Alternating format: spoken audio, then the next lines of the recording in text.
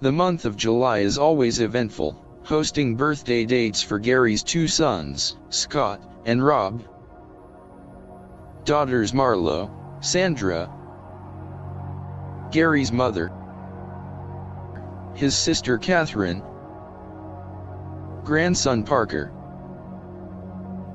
and Gary and Fran's 15-year anniversary on the 30th. It was Sunday, July 27, 2014.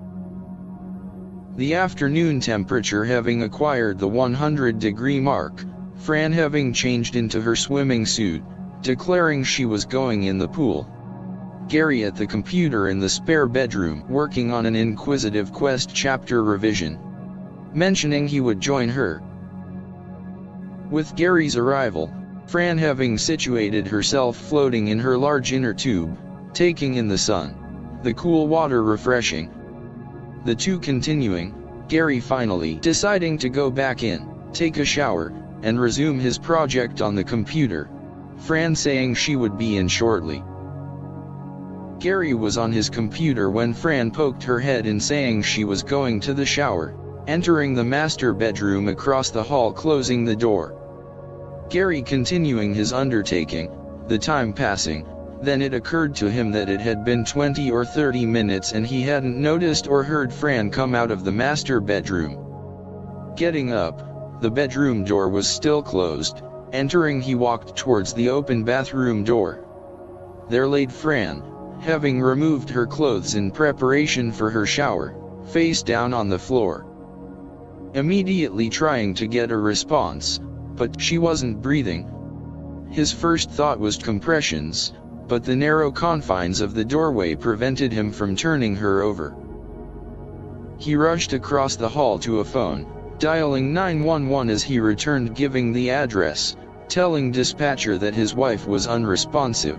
The dispatcher beginning to ask questions, Gary responding that he had to get her out of the doorway to turn her over and couldn't talk anymore.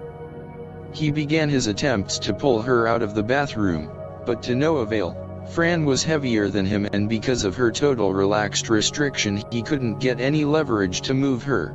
He needed help. Running next door, Julie answering, Gary briefly saying he needed Brian, her husband's help, that he found Fran on the floor and she wasn't responsive, Brian coming to the door. The three rushing back, and were in the process of moving her into the bedroom when the ambulance responders made their presence known. The ambulance having arrived from its parked station on County Center Street, 8 blocks away. Gary watching as the paramedics beginning as the fire department's rescue unit arrived, taking charge, continuing the protocol. A fireman looking up, the look in his eyes confirming what he already conceived. She was gone, and with her, his world. Taken aside, the responders asking if they could continue their protocol even though she was gone. Nodding, at that point nothing mattered. The reality of what was happening was blanketed with the numbing detachment of actuality. It was the muffled sound of Fran's little hopes barking at the responders from beneath the bed, that finally got Gary's attention and awakening him to the reality and the necessity to grasp the situation.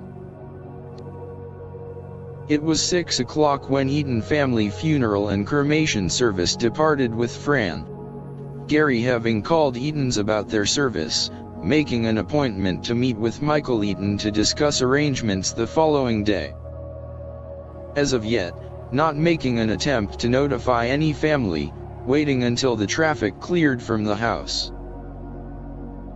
The activity having ceased, alone with his thoughts, the stillness in the house unveiling a cloak of solitariness, Gary in silent prayer asking the Lord for the endurance to cope with the task set before him.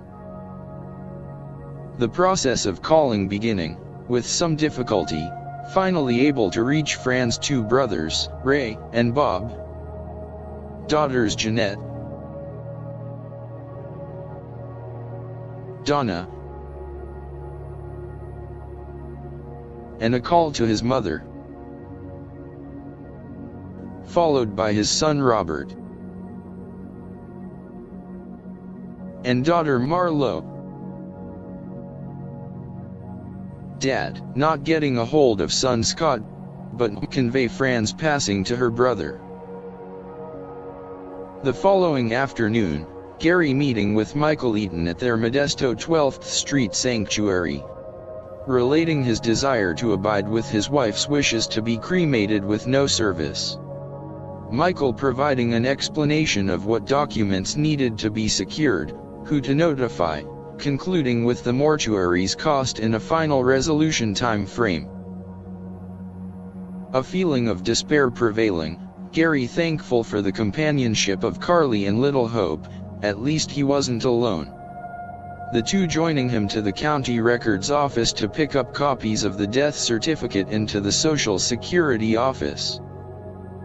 Having conveyed Fran's desires to Donna in Cloverdale, Oregon, referencing the numerous family items and collectibles, a seeming endless array of 45 and LP records, clothes, and other items, including Fran's mother's china that she proudly displayed in a china cabinet. The difficult subject of Fran's interment remains inaugurated, Gary aspiring to do what was acceptable to the family, adding that Fran's only request was the ashes of her beloved dog Sammy, who had passed the year before, would be with her. Donna expressing that she and Randy would bring Fran home with them, and determine a suitable final resting place at a later date. Fran's daughters arriving Tuesday, Donna, husband Randy, Jeanette, husband Eric, the youngest, Karen, and surprisingly, Fran's first husband, Dick Wilcoxon, the girl's father. Gary having acknowledged Dick's presence once before in Florida, Dick happening by as the couple prepared for a garage sale, Fran having mentioned that his mother resided up the street on Granada Drive. The family bringing in boxes, spending several hours packing and loading a lifetime of accumulated possessions, filling a trailer they had arrived with. Gary deciding not to witness the activity, Carly and Hope remaining out by the pool. The following morning, their foraging having been completed, Jeanette, Eric, Karen and Dick returning to Jeanette's residence in John Day. Donna and Randy to wait on the interment remains scheduled to arrive Thursday afternoon. Gary making his final journey to the Eaton family funeral's location for Fran, Donna, and Randy patiently waiting, somewhat anxious to get started on their return to Oregon, and trusting them with the stewardship of Fran and her loving Sammy's interment remains. He watched as the car pulled away, once again adrift in the world-traumatic reality of the past events, a sense of desolation shrouding him, except for the companionship of Carly and Little Hope, still unable to release the withheld emotional grievance within. Gary having spoken with his daughters earlier, his son Rob calling, asserting he and 14-month-old granddaughter Gabby would arrive Friday from Fort Worth, explaining his visit would be brief, having to return Sunday. Relating he had secured hotel reservation, thinking it was best because it was the first time he and Gabby had traveled alone and as a novice not knowing what to expect. Arriving, the three journeyed to his sister Nancy's in Columbia, Gary's mom rejoicing at meeting her newest great-granddaughter. Saturday evening, the son and granddaughter enjoying the pool, Gary declining the pool, a reminder of his last afternoon with Fran, and the many ifs that questioned within that might have made a difference. Rob's visit was short but a blessing, bringing a much-needed relief from the concealed sadness, and the silent emptiness that one feels when part of you is gone. Gary alone in his thoughts, questioning his station, thankful for the support and condolences from his friends and family with exception of his oldest son Scott, who never called or in any way acknowledged her passing. At times the house on Blue Daisy Way would take on a stillness, and in its silence Gary found Fran still there. The residence was her domain, the chosen furnishings, the yard sprinkler system and patio stones a result of her labors, the pegboard in the garage, the arrangement of every shelf, even the presence, Carly and hope, all results of Fran. With time the inner feeling of loss lessened but never subsiding. She was the first and only person in his life he was able to totally assimilate with, and most likely the reason he always presented her to others as the smartest person I know. Their meeting filled a void in his life, but her unexpected passing left an emptiness that knew no bounds, and sadly, he never had a chance to say goodbye.